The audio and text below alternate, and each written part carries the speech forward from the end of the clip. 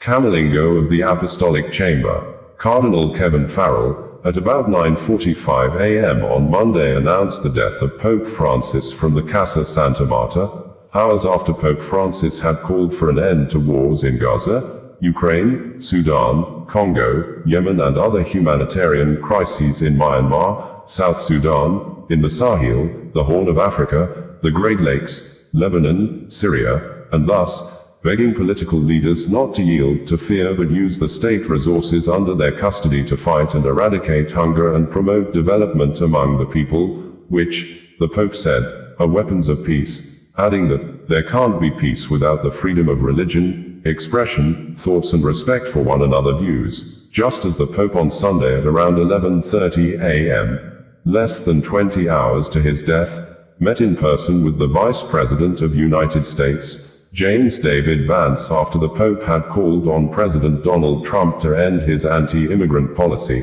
asking Catholics in America to reject the anti-immigrant narratives canvassed by the U.S. government led by President Donald Trump.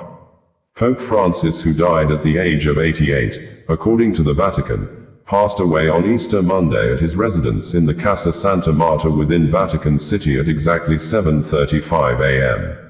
His death comes hours after he came out openly and greeted Catholic faithful who were at the Vatican on Sunday for the Easter Mass. The announcement by Cardinal Farrell read, "Dearest brothers and sisters, with deep sorrow, I must announce the death of our Holy Father Francis.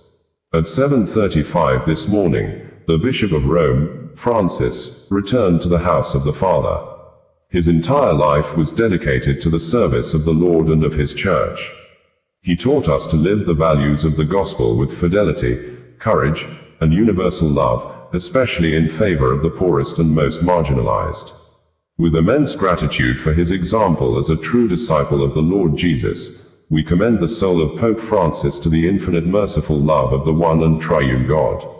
Details of Pope Francis' activities and messages to people all over the world on Sunday, according to the Catholic news media, the Vatican News. From the loggia of St. Peter's Basilica, the Pope, who continues his recovery from bilateral pneumonia, greeted the crowds gathered in a tulip-filled St. Peter's Square.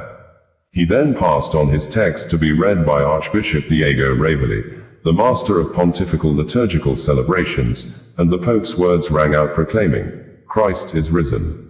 Christ, my hope, has risen," Pope Francis announced, calling on the faithful to turn the gaze to the empty tomb.